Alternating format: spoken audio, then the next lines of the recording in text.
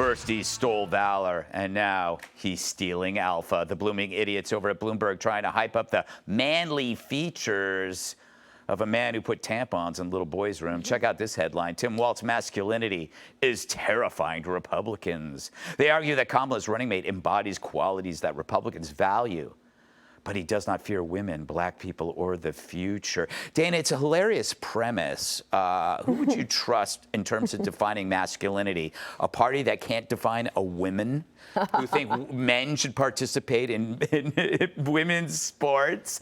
The reason why they're doing this is because men are fleeing their party. There is a gender gap, that's for sure.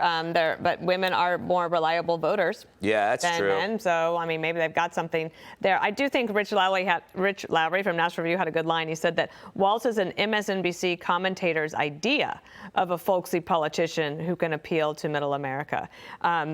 There's if you think of bad California policies, he tried to bring them all to Minnesota. Yeah. And I think when J.D. Vance has a chance to debate him, it will be really good. You know, Judge, he praised a pro-Hitler imam as a master teacher. That's masculine, right? Oh, yeah. I guess for some people, not for me. Yeah. The amazing thing is, there's nothing masculine about stolen valor. There's nothing masculine about pretty much ditching your battalion before they go to Iraq. And nothing masculine about saying, let's put tampons in the boys' bathroom. I'm not going to waste a lot of time. He is the opposite of what I consider a masculine man. You know, Harold, I'll say he's masculine, but he's no Randy Weingarten.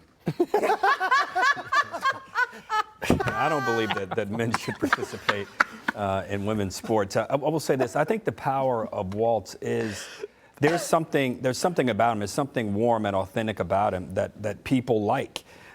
He was a teacher. He was a coach. I had a family member who leans a little more right talk about how he looked like a neighbor of theirs, and so did Ted Bundy. But I think these are the kinds of things that when we hear from him, I think we're going to get even more of this. I don't know if I would have called it what the Bloomberg columnist did, but I think there's something that is resonating with voters that seems to be working in their favor. I believe that when you hear about these joy stories and these masculine stories, what we're seeing is reporters who no longer like to do reporting. Yep. So they do these puff pieces, and they're just lazy people. From home. Exactly. Charlie, he abandoned a police precinct during riots. That's really masculine. Or this Washington Post headline, masculinity's check engine light is on. Let Tim Walz have a look.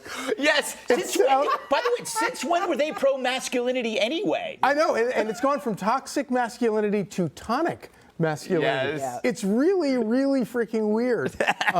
But I think it's because they're a party of box checkers, and they're like, oh, this guy wears a camo hat, so he's masculine. We'll go with that. And then they don't ever go back and check whether or not there's anything actually behind, any muscles behind the masculinity. Yeah. Well, one thing's for sure, he loves men chinning his service in the military. Click here to subscribe to the Fox News YouTube page to catch our hottest interviews and most compelling analysis.